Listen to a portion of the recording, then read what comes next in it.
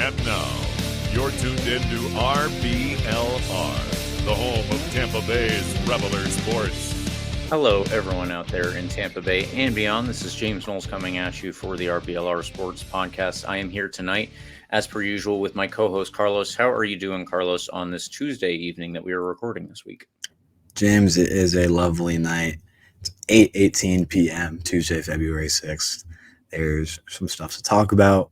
There's things out and about in the Rowdies universe going on. Mm-hmm. And if you're watching this on YouTube, the opening, I guess cut to us was like my head right up in the camera like this because I'm trying to figure out if my mic is loud enough. So I guess I'll figure out when this podcast comes out. That being said, James, we're doing all right. It's a nice night. Pretty slow. Started a new internship, so that's kind of fun up here in DC. I'm doing some government relations stuff. Oh, wow. Okay. Really know how that works, but we're dipping our toes in a new world, right? Just kind of getting a feel for things. James, more importantly, there's stuff going on in the world of soccer. Before we go on to any of that, it's the world of USL, into the world of the Rowdies. How's it going down there in Tampa Bay? Yeah, it's a little colder this week than I think most of us are used to, but I mean, obviously not cold like I'm sure you're dealing with up there. In fact, I would say, 50s and 60s is probably great weather for a preseason to get started. You like that segue? That was I've been working on that for all of I don't know, 3 days, 10 seconds, one of those time frames. But we are in the Rowdies preseason, as we said last week. If you haven't listened to last week's episode, it was probably one of the best that Carlos and I have ever been able to do because, hey, we spoke to the coach of the Tampa Bay Rowdies. That's pretty great. But this week we are talking about what the preseason is actually going to look like for this team because we have a schedule. It is not the schedule for the league, of course, but it is just what they are doing for preseason games to prepare for the league. And unfortunately, as you were saying, Carlos, before we got started, it's not as frequent that people can go to these preseason games, but there is at least one that we can go to. So everybody will at least want to tune in for that. Unfortunate, though, that we can't get to more of them, I feel. Absolutely. I'll save my comments on that for just a little bit from now because I have so much to say there. Who knows? Ryan Helfrich just got promoted to be new president. Maybe we can address these things going into next year. A few more kickoff parties than we've had in the past. Yeah. Have some fun, whatever. TBD. I'll save my thoughts on that, James. Take back the mic. TBD, folks. But before we get into anything, please, of course, like and subscribe to us on YouTube and any major podcast platform that you use. And of course, please follow us at RBLR Sports on your social medias, such as Instagram, Twitter, TikTok, Facebook, Threads, Blue Sky, and the other ones that I'm forgetting. Now, Carlos, let's get into that preseason lineup that I was talking about. The first game is the one that I want to talk about. It is not the first game in the schedule. The reason that I want to bring it up, though, is because it is the one that some people, I guess not everyone, but the one that some people can attend. On the 17th, which is not this upcoming Saturday, but the Saturday following, the Rowdies will play Montreal in a game exclusively open to season ticket holders. So that is the one that anybody can attend. And again, you have to be a season ticket holder. I got the email for that, so I just want to go through this really quickly. Obviously, Saturday, February 17th, kickoff 7:30. We should all be used to that. Again, it is at Al Lang. All the tickets will be in the midfield and supporter sections. So, wherever you have your season tickets, it doesn't really matter. Those are the ones that are going to be available. And it has been sent to us as this. I hope you are excited to join us for another great season at Al Lang as we gear up for a memorable 2024 with the Tampa Bay Rowdies. As a valued member of our passionate Rowdies family, we are thrilled to extend an exclusive invitation to our 2024 season kickoff party. Exclusive. Exactly. It is an exclusive party. And now that I just read all of that straight from the release that I got, I do want to actually go through the perks that they talked about in the email. Complimentary food and beverages. Excuse me. That's a pretty good option. A chance to meet season ticket representative. That's also helpful. Hell yeah. First access to purchase new 2024 primary kits. Hell yeah. That is awesome. And the last one that I think is going to be the most important, because obviously we're going to see the game. That's part of the ticket. But the last one here is photo opportunities with Rowdies players. Hell yeah. Those are all honestly pretty good perks. My wife and I have tickets to another event that we didn't realize would coincide with this because we purchased them a while ago now.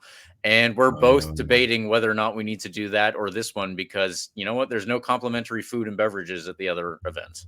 I think every single person listening to this has the answer for you, and I think you should listen to them, James. Yes. Tampa Bay Rowdies. Yeah. But yeah, so there you have it, folks. Those are the dealios for the season ticket holder game. If you are not a season ticket holder, I would suggest you become one for the perks that come with it. But also, I would suggest you become one because you get to attend all of the games, and you also get early access to the playoff games when we have those scheduled. So hopefully, obviously, we'll have a bunch of those scheduled this year. Yeah, Carlos, that is the one that we are going to get to attend, as I said. Do you want to get to your thoughts before we get through the rest of the schedule, or do you want to do that before we go through the rest of the games? Let me say that this is a fun game, by the way. It's Montreal. It's a good MLS team. It's a team that we've seen down here every preseason for the past 6 years at this point. I will say we used to see them in a more open context. It used to be the Sunshine Invitational, the Suncoast Invitational. Sorry, I'm blanking on which one of those it was. And I'm really missing that these days, James. I'll tell you what. My first game my first Rowdies game was actually a preseason game against DC United. I remember the day. It was February 16th, I want to say. This is down to the minute almost. Yeah. I remember this. I have this written down. Going into the 2016 season, and it was a great time. The tickets were super cheap, and like people just got to go see the Rowdies, see the team, see what the team looks like. And that was like my first exposure to the team that led me to buy season tickets eventually. I really do wish we would have like just some more open events, more open games, because I do think it can be an opportunity not just to see the team more, but also just get other people in through the gates, right? Yeah, exactly. I think it's a good opportunity to get some fans who see $5 tickets come through the gates. Mm-hmm. I'm sure that comes at an operational, loss financially for a club like the Rowdies, but I do think there's value in that. And obviously, like season ticket holders and more diehard fans want to see more games. There's a lot of good opponents here that we'll talk about here in a second. Some decent and pretty fun games coming up here soon. But I feel like I'm not alone in saying I think we missed some of those more open games, and the occasional game against like Wolfsburg that we had in that. Played a Florida Cup game over here. Played DC United. Wayne Rooney was on the team one of those preseasons. Stuff like that's fun, and I do wish we could see some of that a bit more. But that being said, I am thankful to Tampa Bay Rowdies for making sure to have perks for season ticket holders like this. Mm-hmm. I do think it seems like a good opportunity based on the last couple season kickoff events for season ticket holders and the games like this. It's a fun opportunity, and you really do get to meet the players and interact a bit close up. So if you're a season ticket holder, definitely go check it out. It's a fun time. It's a really, really good opportunity to just meet the guys close up a bit more that you don't get as much when the regular season is going on. You definitely have the opportunity, but there's a lot more people in the crowd, obviously. It's a bit more intimate experience, I'd say, against Montreal on February 17th. So that should be a fun one. If you don't have season tickets, get on that. I'm sure, Joe Grossman and the team at the ticket office can hook you up with a late ticket into this preseason game. I'm sure of that. So it'll be fun. I'm really sad I'm not in sound for that because I love like the small events. Yeah. I remember the kickoff parties we would do pre-Rays ownership with, at the Mahaffey Theater and another like Expo Hall in St. Pete. Those were so much fun. Like my dad and I would go and like actually just be able to, snack on some appetizers and then chat with Juan Tejada and Sebastian Gonzalez. Yeah, that's pretty cool. yeah. So these are opportunities like that, and definitely take advantage of that if you have that. Those are some of the really cool perks of being a season ticket holder in a tight-knit club, I'd say, like the Rowdies. But that being said, James, I know I'm kind of going on a tangent here. Let's talk about some of these other preseason games coming up because there's some fun ones here.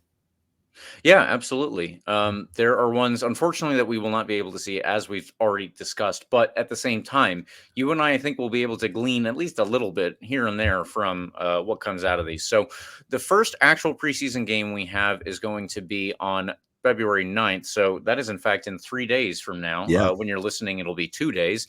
And that is against Philadelphia Union's second team. So, that'll be their MLS Next Pro team. Now, I don't know exactly who is going to be separated between their first team and their second team for like their preseason, but I will say, based on the news that is surrounding MLS, there's this tiny little bit of something that has gone viral here. If anybody knows the player Quinn Sullivan for the Philadelphia Union, his brother is 14 and his name is Cavan. I think it's Cavan. I'm not sure. But Cavan Sullivan is apparently the superstar best U.S. prospect we've had since, the prospect who unfortunately did not turn into a real professional player for a while. But Cavan Sullivan is like the hype of the internet at the moment, and I believe that he is training with the second team. Somehow this has gotten onto social media where like people are following just his career, not even his brother, who is actually with the first team. So I don't know if that's somebody that the Rowdies will be playing against, but I guess it's just something that's a little bit interesting, something that is a little bit hyped about this Philadelphia Union 2 game that we have.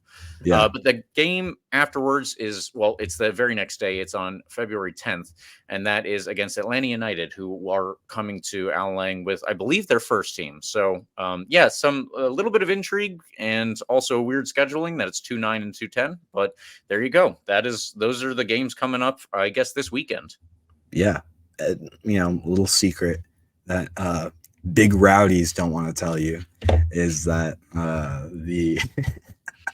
was one of the dumbest things I've ever said in my life. The Rowdies training facility on Waters is pretty open. I'm not gonna say like you can go and grab a seat in the stands over there or anything, because there's not any stands and there's barely bleachers there. But I will say that the Wawa parking lot right next to the field is a pretty good view of what's going on over there.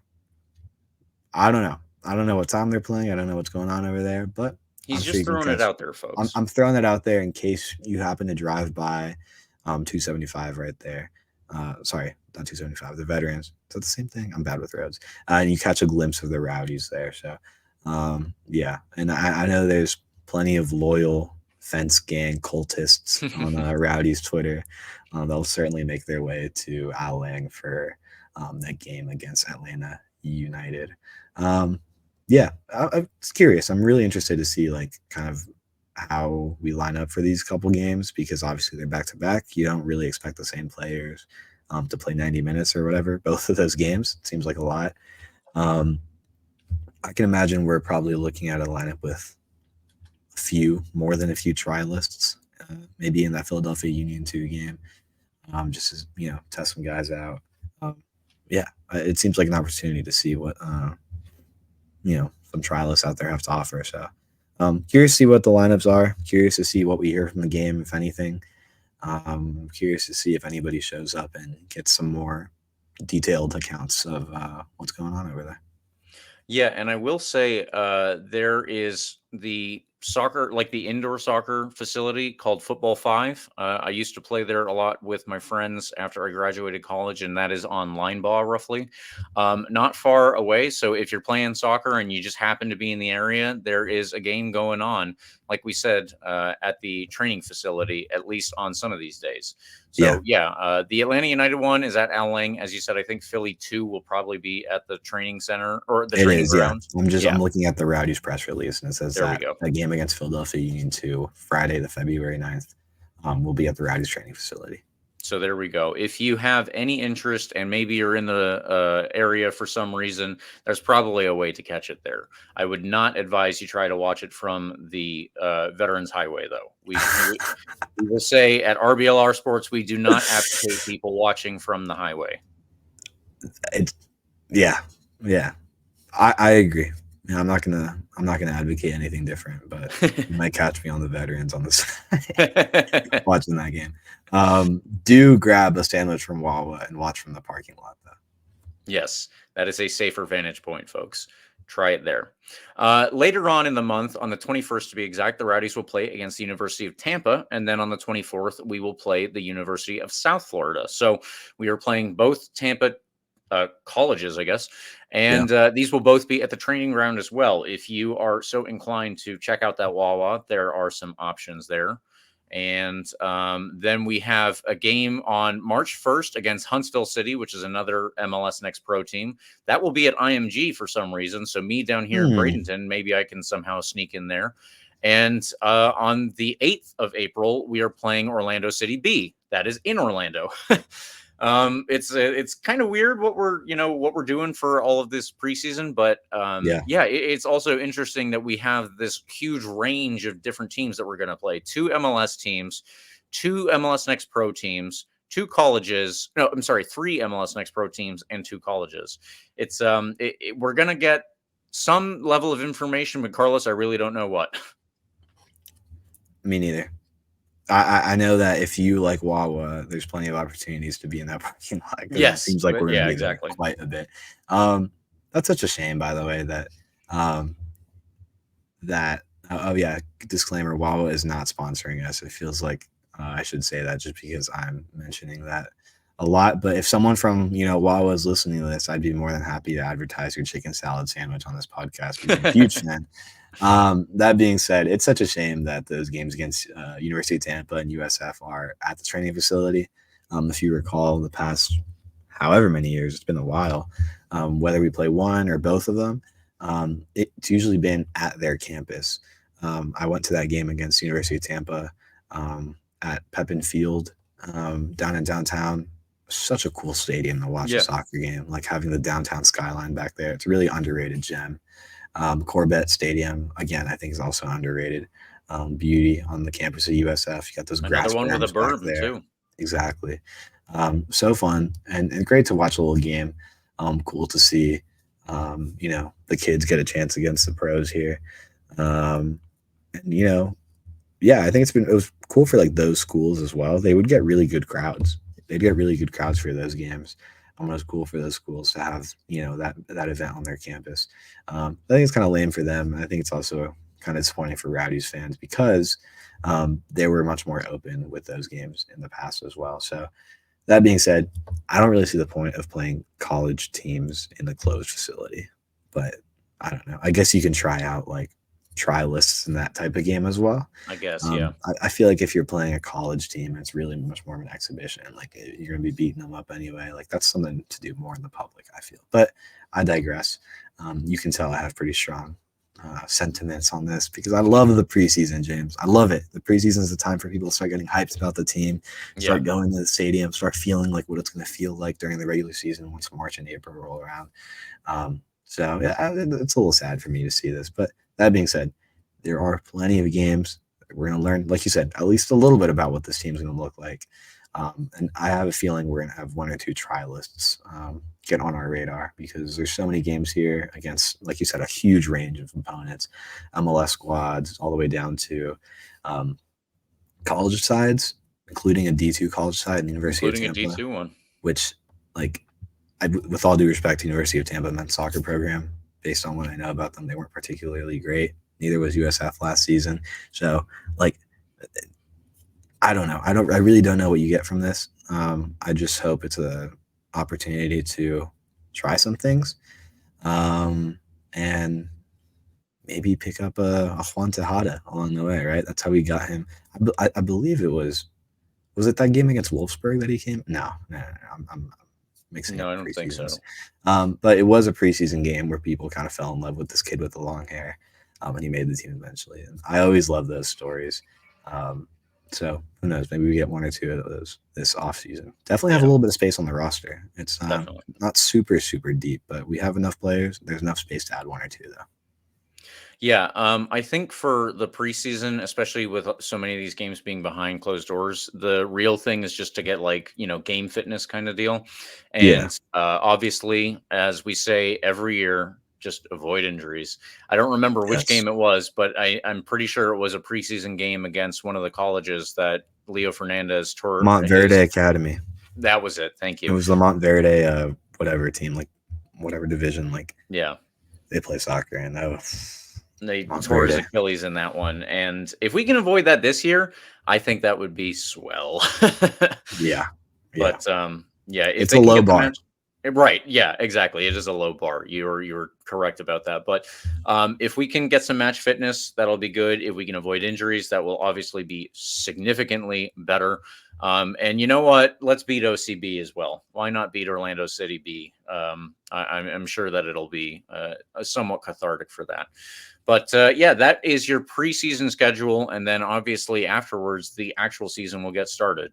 So before we get into what the rest of the season might look like with some other teams in the USL, I do want to say liking and subscribing is free. But if you think you might need some new threads coming up, hey, for this new season, maybe you can check out our podcast shop here and support us just a little bit more.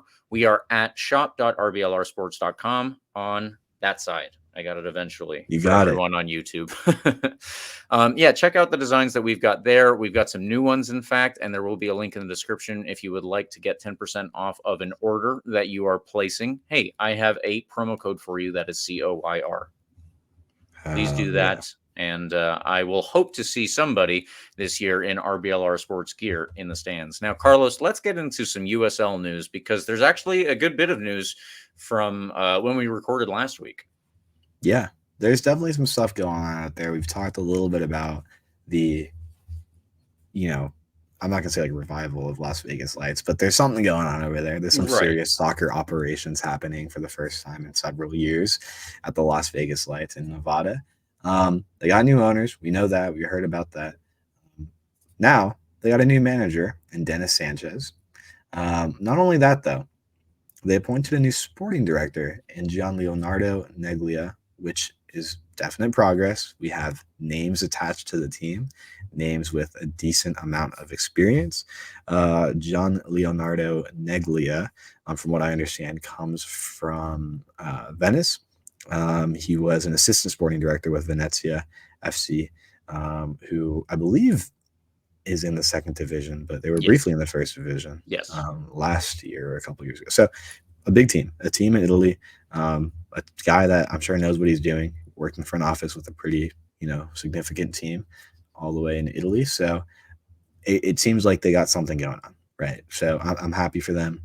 It's good for the league that teams aren't just existing, right? Kind of dragging people down almost. Yeah, like it's truly like a hindrance on the league when you have a good-looking crowd at Alang. You have some good-looking stuff at San Antonio and Phoenix and Colorado Springs, and you got stadiums being built, and you got teams looking good and playing well and competing and making runs in the Open Cup. And then you turn on ESPN Plus and you see Las Vegas Lights with their weird fields losing by like 4 goals every week. It's not good. It's not good for the league. It's not good for them. I'm sure their fans hate it, obviously. This is good. This seems like they have something going on. I don't know much about Dennis Sanchez. You would have to fill us in here, James, if you know anything. But I did read a little bit about their new sporting director, and it seems like he's a serious man, a man of business, a guy that can actually do stuff. I'm happy for them. This is good for the league. Carlos, I'm going to have to be a little bit mad at you because I did not have anything prepared for Dennis Sanchez, but I did have something for Neglia, the sporting director. So you've stolen my thunder already, and we're not even 20 minutes into this podcast. But that's what I do best. But like you said, from Venice, I mean, that's like a team that was in Serie as recently as they were. Obviously, this guy is not messing around. He comes from a real background. You don't get into that position without being some flunky, I guess. And I think the fact that they even have like a sporting director, there are a lot of clubs in the USL that don't have a sporting director. And Las Vegas is going from the level that they were at, let's say, tier below the floor of the USL to now they have a sporting director and they need to fill in a team. But I think that the fact that they have a sporting director and a serious head coach is going to help out. I know that Dennis Sanchez was an assistant somewhere in the league, but he's an assistant at Austin FC too. This is just my research in the last 5 seconds. Assistant coach at Austin FC 2 in the 2023 season. And he also has experience as an assistant with Charleston Battery. And he was an academy director for Sacramento Republic FC not too long ago. So a bit of a broadish range of experience, academy director, assistant with Charleston, obviously in the USL, and Austin FC too, MLS Next Pro. So he exists. He's a real guy, and he seems like he, fits. This was. Oh, I'm bumbling on my words here. This was Bautista, the new owner's first kind of actual move that we've heard of. I'm just looking at the report from Las Vegas' local news. A quote from Bautista said, throughout the interview process, we found Dennis to be someone who aligned with the values we want to establish for the club. Communication skills, ethos, made him a good coach, yada, yada, yada, Okay. The soccer jargon. But it seems like he, fit the club. Bautista is actually doing stuff, again, which is not really anything that we have been accustomed to with the previous ownership there. They didn't really do anything except throw llamas out there at halftime every once in a while. So this is good. Now, I'm genuinely happy because it brings the league up when the weakest link is coming up as well. So this is good. Yeah, I really am, pleasantly surprised by this news. I think that it's awesome that they are making these moves, and I hope that the Las Vegas fans that I met when I was out there, I keep harping on that because I did a little write up after that game for the RBLR website, and you can check it out if you want. But I just remember talking to people because it was the last game of the season, and they were all upset not upset, I shouldn't say. It was like a party atmosphere. So it was still, a very fun day and everything. But it was at the same time, a lot of fans, I was asking them, what do you think of this season? What do you think of this team, XYZ? And I remember this one quote that kind of stood out was just, we don't even know what's going to happen next year, but we're all happy to be here right now because we love each other. And that's really nice. But if you can go and know that your team is going to be there the next season, and also know that they're going to have like a soccer team that plays the sport, that's great. I think that's an awesome thing for the people who are out there. And Las Vegas is not just for tourists. There are a lot of people who live there who support that tourist economy. They would also like something to do, and a lot of them probably like soccer too. So I'm really happy that they actually have something to go and see. But they might not get their baseball team. I don't know if you saw that recently in the news. That I did not. The Las Vegas mayor seems to not be all in or in at all on bringing the Oakland A's there. So not really relevant, but I mean, one less professional team in the area. It's good to have the Las Vegas lights for that community. I'm sure they like sports, obviously. And I'm sure, a competent ownership and team can bring a good attendance. And who knows, maybe they get their own soccer specific stadium in the next several years, or they upgrade what is really an ugly place to play soccer into something a bit nicer. If they can keep bringing in, competent and obviously deep pocket owners, then I'm sure that will ultimately work out. But we have covered Las Vegas for a couple of weeks now, and surprisingly, because they don't even have a roster to speak of. But anyway, Carlos, let's move on to the next one, which does have to do with new owners. And I'm not sure how much you know about these folks or how much you had even seen this, but Orange County has some new owners here. Their owners are Matt Barkley, who is a quarterback in the NFL. I have found out by researching, and someone named Joey Bananas. If you know who that is already, then I suppose good for you, but I did not. So I had to look it up. He is a competitor on a game show called The Challenge, and he is, I think, the most winning or the winningest person on that show. Oh my God. I know Carlos has found more information now. Okay. No. I heard that name before. One of my former roommate, my best friend up here in DC, is obsessed with The Challenge, and I sat down and watched it one time with him, and we just got hooked on this guy. I forgot this guy existed, on the Joey Bananas lore. He's like apparently the Tom Brady of The Challenge, or the Lionel Messi of The Challenge. He's just got rings on rings and wins this thing all the time. So Orange County's in the hands of a winner, that's for sure. I'll tell you what, Joey Bananas. Wow, I did not realize this guy was like real outside of the show. I mean, sure, good for Orange County. Yeah, I mean, my note on that was they have new owners, Joey Bananas and Matt Barkley. So with a question mark, but those are new owners, and those are people with money to probably throw at a team. You would imagine. Those are certainly the owners of all time. I'll tell you what. Yes, exactly. So, okay, we have that's all the front That office is news that we so have. random. What the It hell? is, it is. But that's all the front office news that we Wow. have. We have new owners, new coaches, new sporting directors. Now we're going to actually talk about. Actually, we're going to talk about one player who is a coach, and then we will get to new signings for players. So this one is a little bit closer to home. Former Tampa Bay Rowdy Ariel Martinez has joined the Miami FC, not as a player, but as an assistant coach for the 2024 season, at least. Obviously, congratulations to him on being able to stay within the game in his, post-playing career. And yeah, I'm happy for him. I don't really have too much else to say about that. I don't think that the Miami is the most compelling team out there. But hey, if you can start your career as a player who's right out of the game, he hung up his boots like 2 months ago. This is a great place to go and at least learn how to be a manager. And if I'm not mistaken, he's going to be working under Antonio Nocerino at Miami, who is a former Serie A and Italian national team player. I guess that's pretty good in terms of what you can get as an assistant manager right out of the gates. Good for him. Yeah. Yeah. Sorry, I'm just in shock of, like, I'm still on a guy named Joey Bananas buying an ownership stake in Orange County SC. Yeah, good for Ariel Martinez. I mean, he was there for a while, so he knows that club pretty well. I'm sure he'll do great there. He seems like a very driven guy. Seemed by all accounts to be a great leader for the Rowdies. I can't imagine he wouldn't be a great coach. Yeah, good place to start, I guess, right down the road. Yeah, exactly. Ish. 4 hours if down the road, but whatever. You get my point. Yeah, so he will be at the Miami FC, which I always want to point out is the Miami FC. That is their official name to avoid copyright problems. I feel like it probably would have been funnier to be a Miami football club, but I'm not in charge, so I don't have any say over that. Yeah, imagine that, like a Miami FC. That's what they call it. That'd be weird.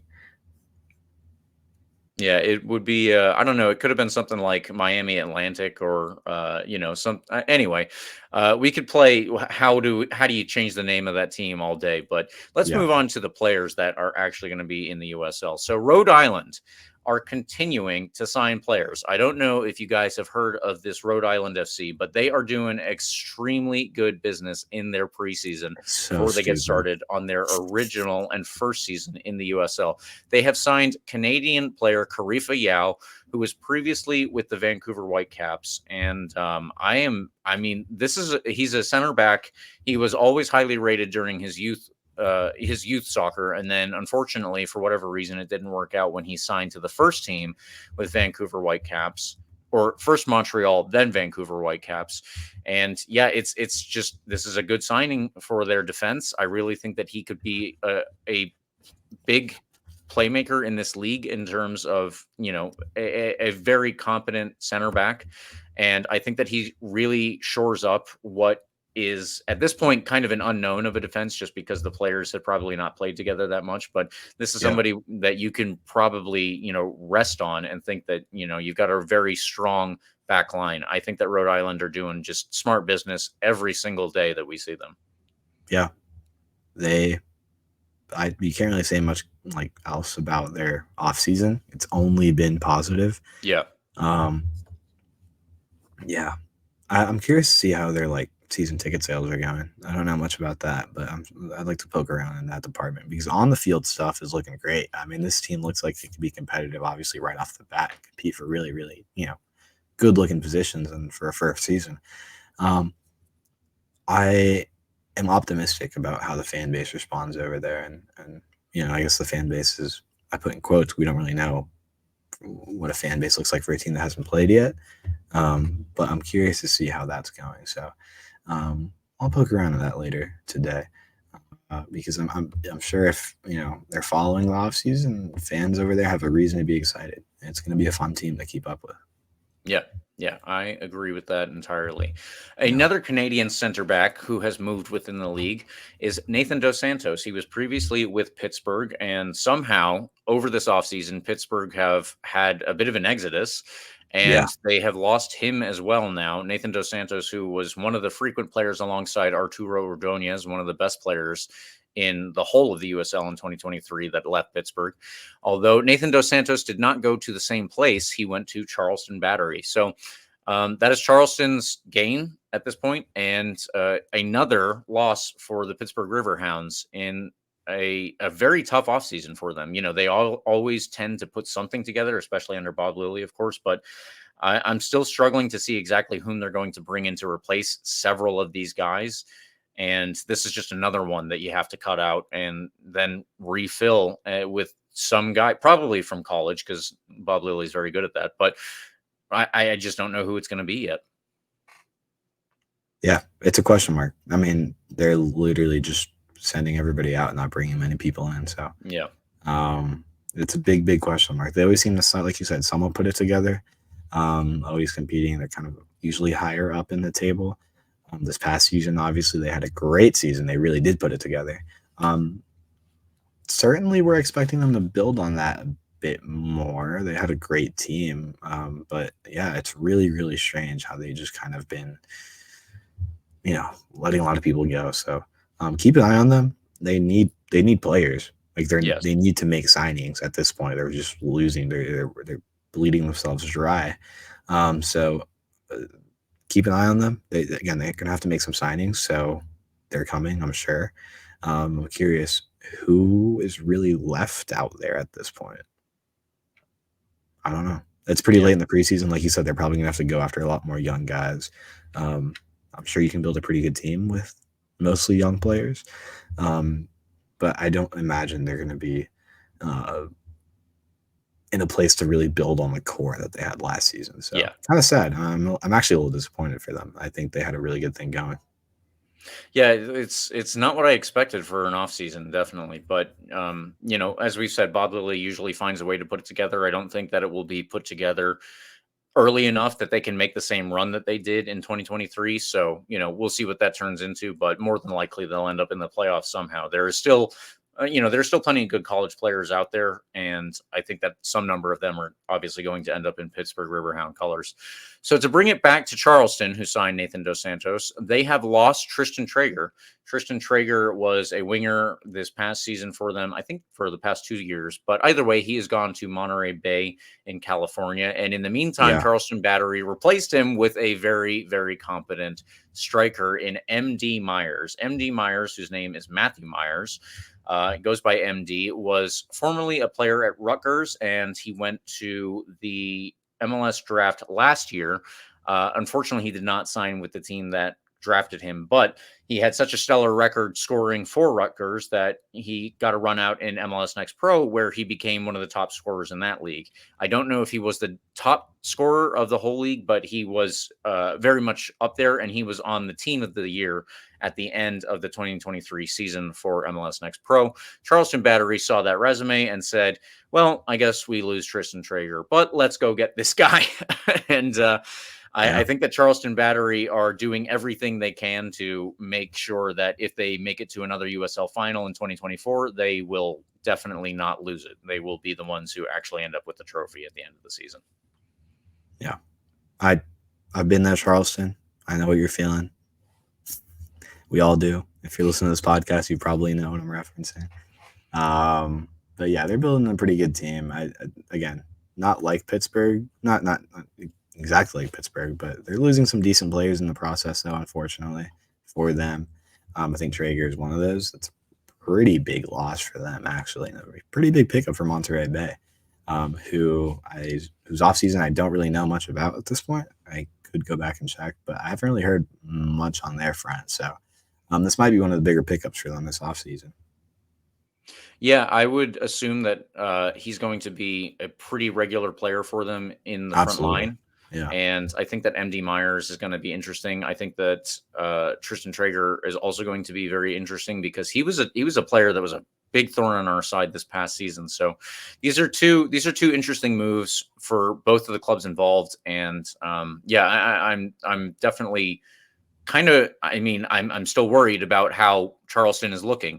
Another player that they signed from MLS Next Pro is Diego Gutierrez, who was formerly of Creighton, but he went to the Portland Timbers when he was drafted in 2022. He wasn't really a regular for the Timbers first team, but he was frequently on the field for the Portland Timbers 2 team.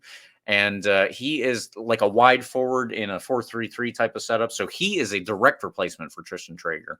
And I can't say enough how much I think Charleston Battery are just doing another exemplary job in this offseason, much like the expansion Rhode Island team. But yeah, these are two teams that we're really going to have to worry about in the Eastern Conference. And that's unfortunate for us. But I also think that, we're building a good squad in our own backyard. So there's that to keep in mind when we're looking at everybody else over the fence. Yeah, agreed. That seems like most of the big most of the big like signing news this past week, if I'm not mistaken. I was trying to keep an eye out, look around. Some pretty big moves in there. Again, we mentioned a few of them. I think Karifa Yao is the most interesting one to me because I don't know much about him, and it's just adding on to a really good Rhode Island team. I think of those names, Traeger might be one of the bigger signings of the week. That being said, still a decent amount of offseason to go, James. There's plenty of time to make a move, plenty of time to bring up an unknown name and make him something special. But I think at this point in the offseason, you're kind of losing that window to make like a splash signing, like a really big signing in terms of USL. So I'm not really expecting much more of that at this point. We did get Jordan Farr pretty late in the offseason, but I think that was a unique case. I'm not sure if we'll see something like that anymore at this point in the offseason, but still plenty of time to make an interesting move. Keep an eye out. Again, Pittsburgh is a team that has to go out and pick up some players. Let's keep an eye on where they get them from. I think there's something interesting developing over there. Yeah. But certainly not, the team that they had last year. But again, going to be a good team no matter what. They almost always manage to do so.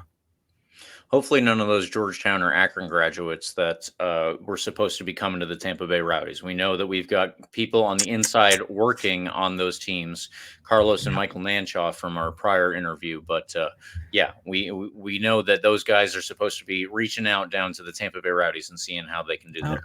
No Chris Hagart, man. We let him go. We let Chris Hagart go to Norway. I didn't realize that he had gone to Norway. He's playing for a team whose name I can't pronounce, so I'm not going to try. It's called like Stus. I say that, and then I'm literally trying on the next sentence. What am I saying? It's like Stabæk, STAB, and then they got the thing going where it's like a backwards A and E connected at the same time, and then a K. Yeah, good for Chris, man. I love that kid. Chris is really something special. Like, he is a great player. He's got such a fiery attitude. If you remember him against the Rowdies last season, against when he was playing for Loudoun, just wants to like fight everybody. Like, he gets in the zone. He's something special, man. I really hope he can make his way to something special over there in Norway. And if not, hey, Ryan Helfrich, whoever's in the front office listening to this, go out and grab him, man. He's a powerful, powerful attacking midfielder, and he can make like something happen out of nothing. So, again, plenty of time to happen this offseason. Not Chris, but there's plenty of other players out there that can, bring that youthful energy that I think the squad has kind of been wanting for a little bit now. Yeah, I would definitely tend to agree with that. Yeah. Well, that is the USL news for the week. While we look over the preseason to come, remember that game against Montreal is 2/17. That is February 17th. I will give one quick anecdote, or I'll keep it as quick as I can. But a couple of friends and myself went to a game several years ago. I don't think it was between the Rowdies and Montreal, but it was something that Al Lang was hosting, a couple of different teams where the Rowdies would play Montreal and they would play this other team, and then the other team would play Montreal, and, so on and so forth. It was a little round robin, but Montreal was there, and this was when Didier Drogba was on the team. And my friend got his little 5 moments of fame when he got to yell out to Didier, who was fewer than 20 feet away from us in the stands, "Hey, Drogba, I used to use you on FIFA because you were so fast, but now not so much." And Didier, who was, like I said, fewer than 20 feet away, clearly heard this, threw his hands up in the air in a joking way, but it was very funny how all of the players on the sideline next to him went, "Oh," that gif of everybody with the terrible rapper who's insulting somebody, but it was very funny. He's not terrible. He's a legend. That's Okay. true. That's true. Love that guy. But he made a resurgence with Eli Manning last week. Sorry, super random. Oh, I didn't see that. I am out of the NFL loop, so I missed out on that. Yeah. All right, I'm sorry. Take it back. Well, yeah, I was just saying that is the possibility that exists. Not necessarily Didier Drogba because he's no longer with Montreal, but you could be the next person to insult a Montreal player in the Al Lang stands if that is what you want to do. I wouldn't necessarily suggest it, but it was well timed, I will say.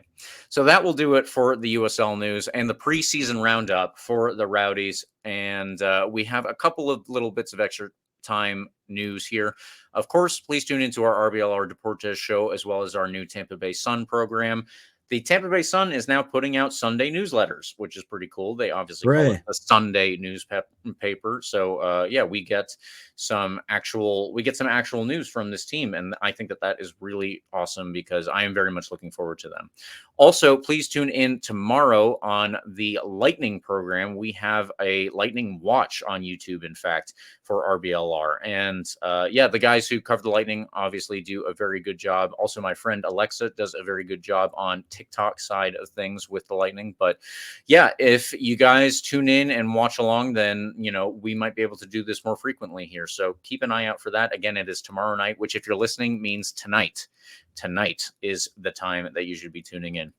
I want to say also the Asian Cup final is Saturday at 10 a.m. The AFCON final is Sunday at 3. If you have access to those, tune in. The upsets are rolling through the Asian Cup and the AFCON this year. It's just crazy. South Korea, who is coached by former U.S. men's national team manager Jurgen Klinsmann, just lost to Jordan. Nobody expected that. Good for Jordan. I was so happy for all of them. The players were literally crying, and, I get that. This is their first final ever. The other one will be either Iran or Qatar, so it's all very interesting. AFCON, they have to do the semifinals tomorrow, and we will see who plays in the final afterwards. But Ivory Coast, the host team, is still somehow in this, despite doing so poorly. They threw out their manager after the group stage. Tell me how that happens. Crazy. I just don't understand it. So tune in this weekend if you can. Those are going to be great games one way or another. The last little bit of news, the final CONCACAF W Gold Cup preliminary games will be Saturday the 17th, the same time or the same day, not all at the same time, obviously, as the Tampa Bay Rowdies game versus Montreal. So if you remember our interview with Madison Cox, which she was gracious enough to join us, I love that interview because I love talking about international soccer. She told us about the upcoming game for the Puerto Rican women's national team against Haiti. That is for one of the final 3 qualifying positions for the W Gold Cup. This will be the first ever one, and those games are on the 17th. The W Gold Cup starts after that, I believe on the following Wednesday. But all of those are coming up, and I will have a reminder again next week before we actually get to try to see those on TV and everything. But that will do it for us this week, folks, unless I'm missing anything. Carlos, quick, steal my thunder again and tell me that I forgot something. He's got nothing. I got nothing, but Eli Manning video with Super Hot Fire was really funny if you want to watch that and you care about football. Okay. Everyone, check out Carlos's Twitter because he is putting that out there as far as I'm aware. But, I love that stuff. Follow me on Twitter at CarlosTPA10. Am I jumping the gun there? It's too late. I'm already saying it. At CarlosTPA10 on Twitter. I talk about Georgetown sports because the basketball season is well underway and it's so painful to watch, but I cope with it on Twitter. Follow me. Follow James at James. What's your at? My at is RBLR James K. Beautiful. And more importantly than that, I'm not saying you're not important, James. More important than both of Carlos, this is you're just the whole evening.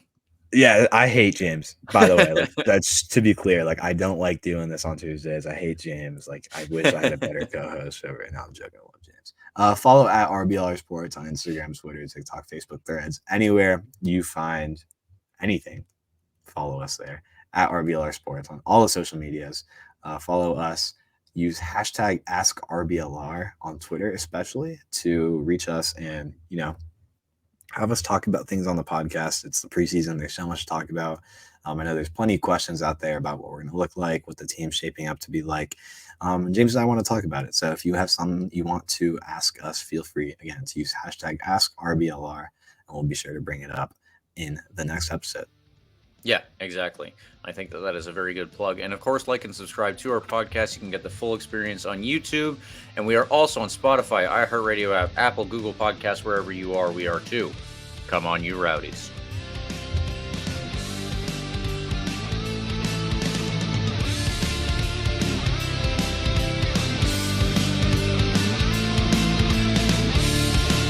Thank you for tuning into this presentation by RBLR Sports. On your way out of the stadium, please remember to like and subscribe.